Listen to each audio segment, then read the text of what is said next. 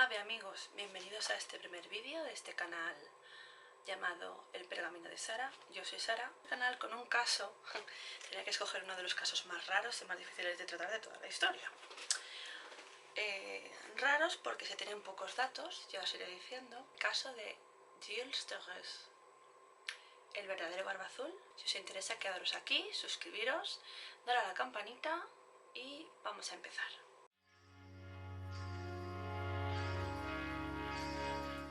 Pues bien, todos conocemos, creo, el popular cuento, la popular leyenda de Barba Azul. Pues bien, ¿quién era Barba Azul? Barba Azul era un ogro, 6 o 7 matrimonios, en los cuales lo que hacía era matar a sus mujeres y las metía todos en un mismo cuartito.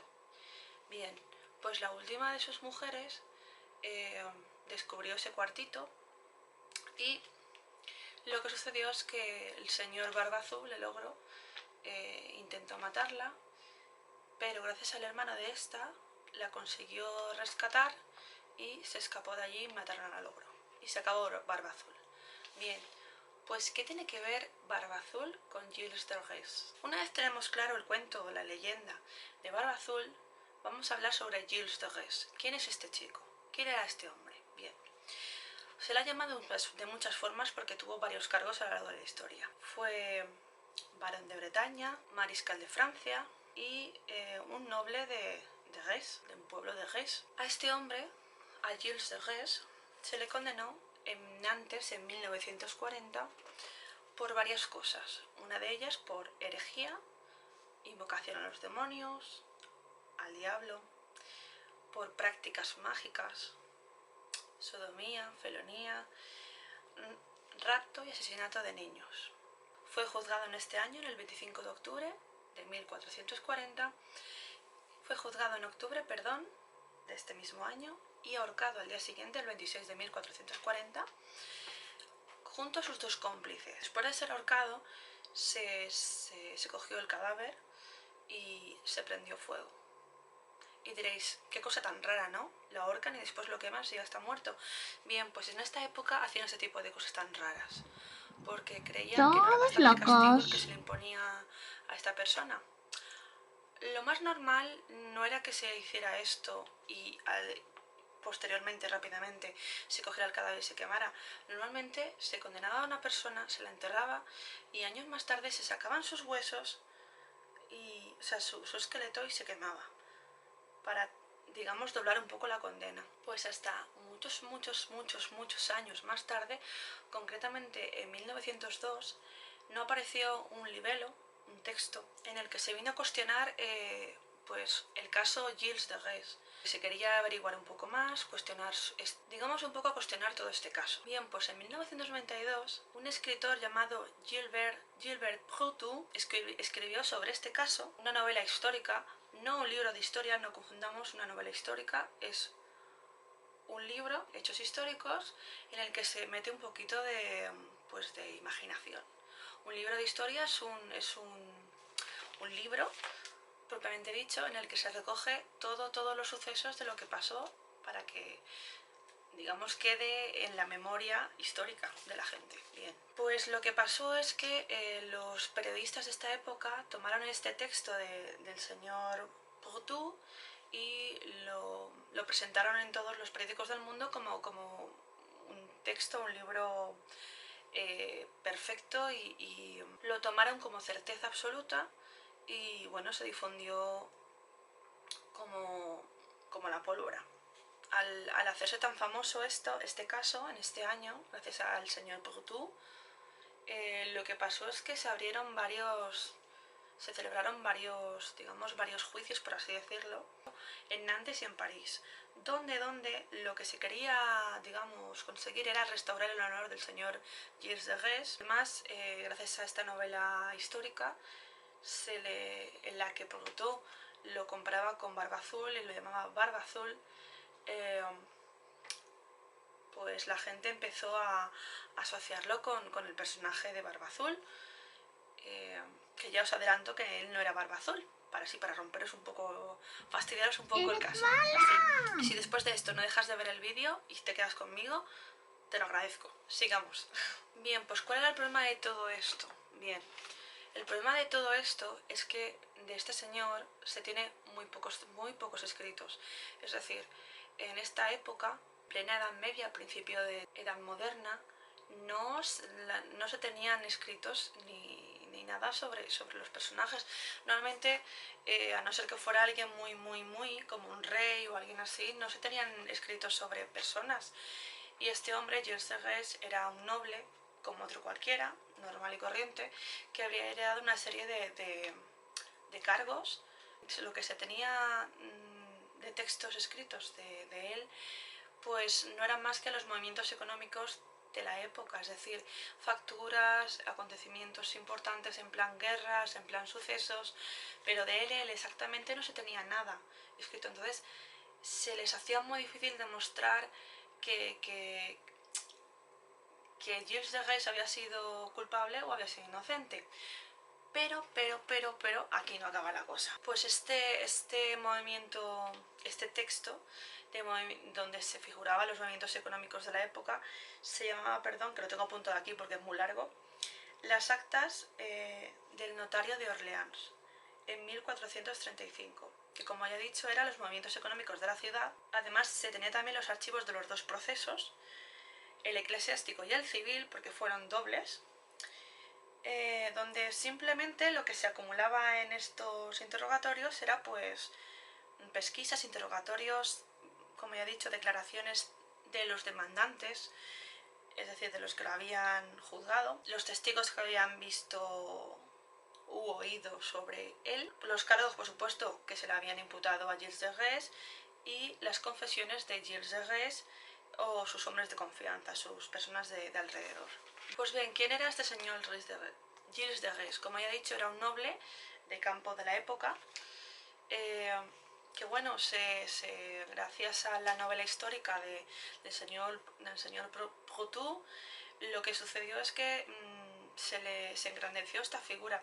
El morbo de la época, el morbo producido por la reproducción de los medios, se empezaron a hacer, pues como ya he dicho antes, una especie de super leyenda, super extraordinaria, y a engrandecer un poco lo que había pasado, lo que había hecho. Se cuestionaba también, como ya he dicho, si era culpable, si era inocente, si por ejemplo, se le atañía también, que no os lo he dicho, aparte de ser barba azul, se le atañía también que era un noble muy notable, porque había sido barón de Bretaña y mariscal de Francia. Entonces, claro, mirando así un poco por encima, cuando ves esto, barón de Bretaña y mariscal de Francia, pues que te crees que es un señor muy importante, muy rico, y no era más que como ya he dicho, un noble de campo de la época. Entonces ya hemos descartado dos cosas, que ni era barba azul y ni era un noble con alto nivel adquisitivo. Lo que también se extendió en esta época es que era fiel seguidor de Juana de Arco y había estado con ella cuando la habían juzgado y la había protegido en las guerras, había estado siempre a su lado. Entonces, digamos, se desarrolló una leyenda súper grande alrededor de esta figura. Pues bien, Gilles de Rais, aparte de los cargos que os he dicho, había sido barón de Rais, de la comarca de Rais, pues por herencia directa de sus familiares, en el que le había tocado un montón de tierras, un poquito, ¿cómo decirlo?, un poquito desperdigadas, por así decirlo suavemente, en el que no habían, en las cuales le había costado mantener, porque, bueno, pues se decía que este hombre despilfarraba muchísimo dinero en juergas, en banquetes y que era muy devoto.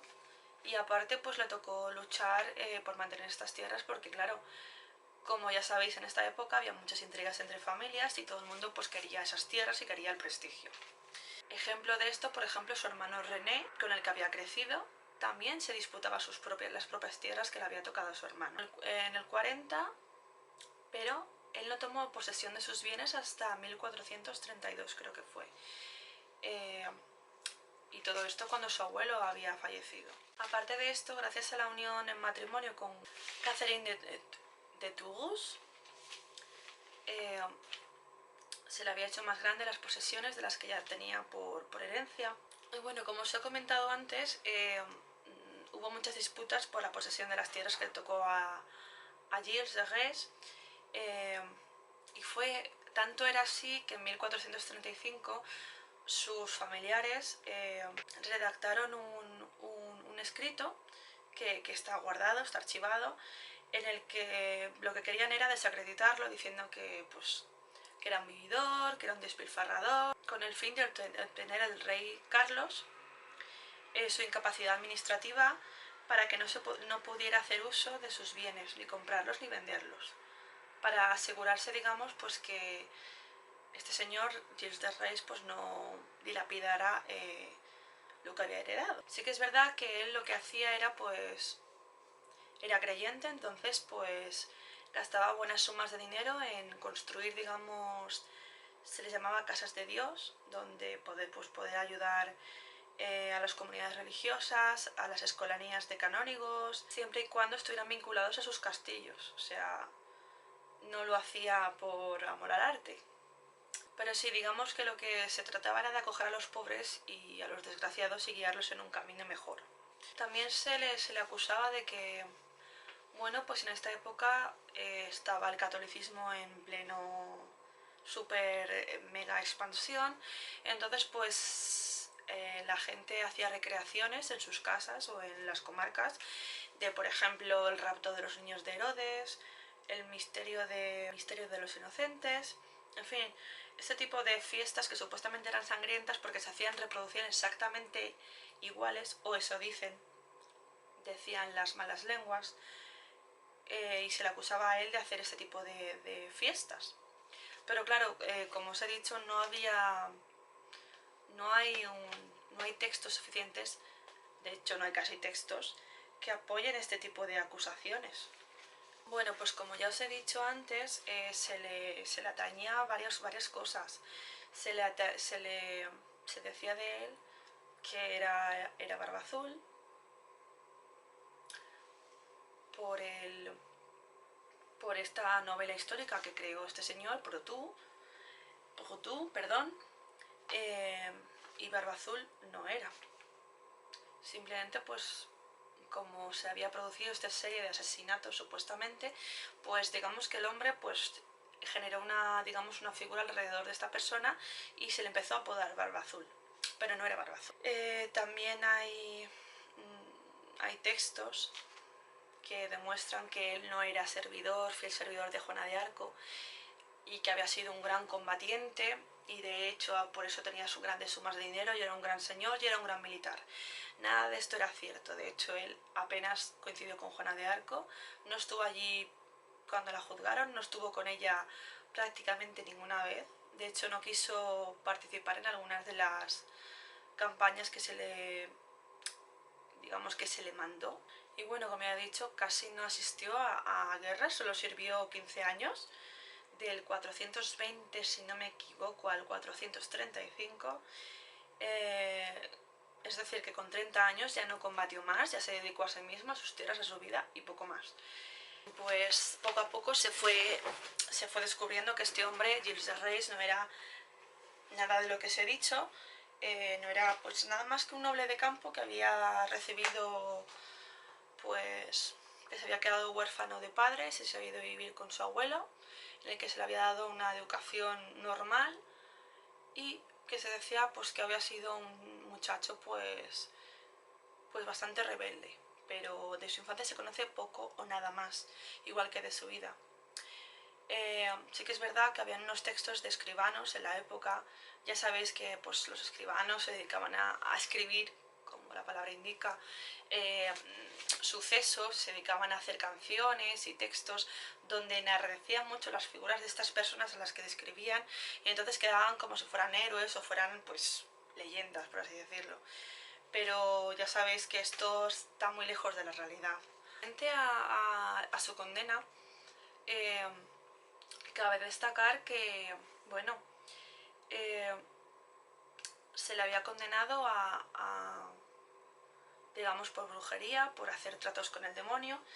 Sí que es verdad que él reconoce que contrató a varias personas para poder, digamos, digamos, invocar a Satán, pero nunca lo había conseguido, nunca había hablado con él, y se le acusaba de que sí que había tenido trato con el diablo, pero él pues reconoció que jamás había tenido trato con nadie, y además nadie pudo demostrar que él pues había pasado mucho más que de una simple reunión, de unas simples reuniones en las que lo había intentado, pues como haría brujería cualquier chavalín de la época, por así decirlo. Pero ya sabéis que en esa época pues todo estaba penado y todo era súper extraño. Además también se le acusó digamos, por tratar de fabricar oro, dedicarse a la alquimia, aunque en esta época no se decía la palabra alquimia, no se nombraba. Bueno, magos destacados que le ayudaran a fabricar, a hacer alquimia, se puede destacar a François de Lormand, Antoine de Palerme y a François Prelati, que es el, digamos, el más nombrado, el que más se conoce que estuviera ligado a Gilles de Rais. Pero bueno, más que nada todo esto fue un intento de fabricar oro pues para tener más dinero y más, digamos, pagar sus deudas. Pero no se llegó a nada porque nunca consiguió nada más que, digamos, le sacaran el dinero propiamente dicho. O sea, se pagar por pagar. Y bueno, pues se le condenó, como ya os he dicho.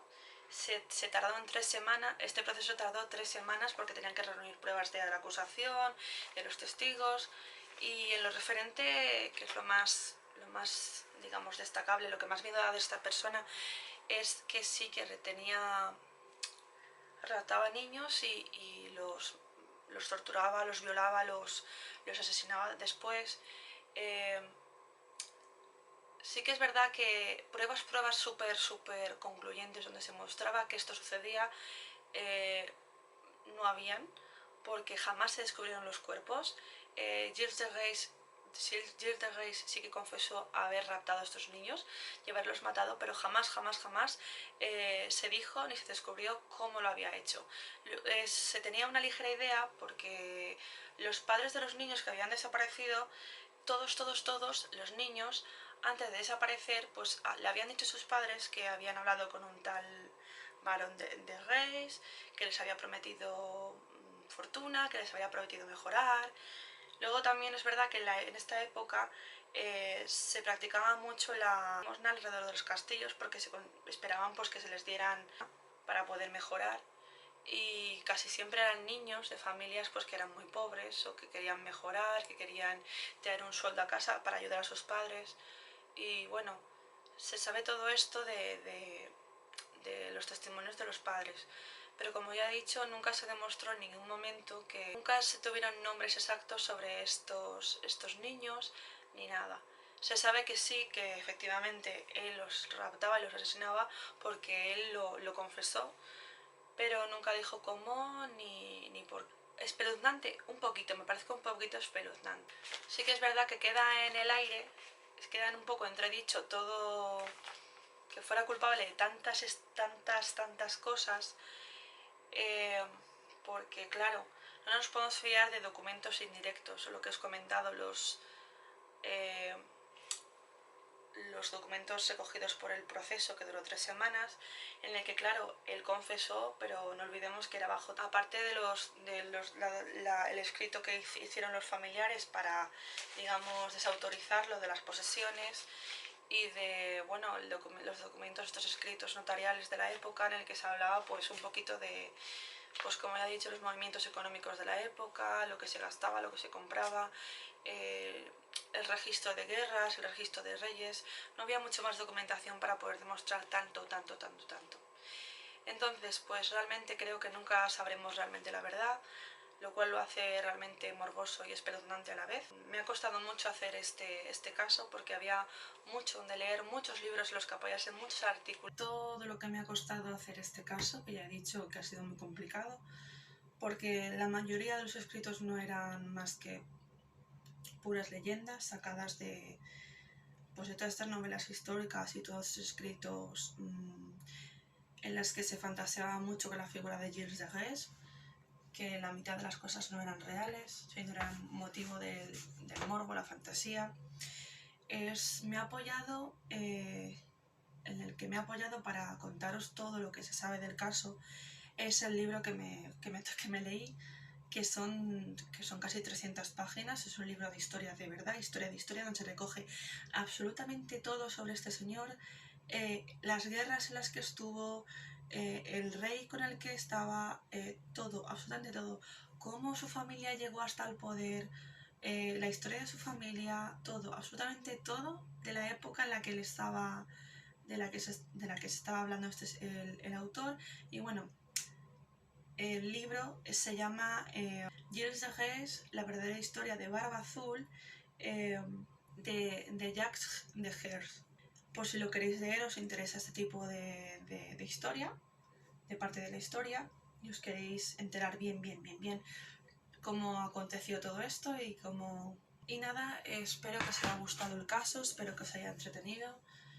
Si queréis sugerir casos o queréis sugerir historias, dejadlo abajo en comentarios y yo estaré encantada de hacer vuestro sueño realidad. Así que nada, un saludo. Adiós, muchachos.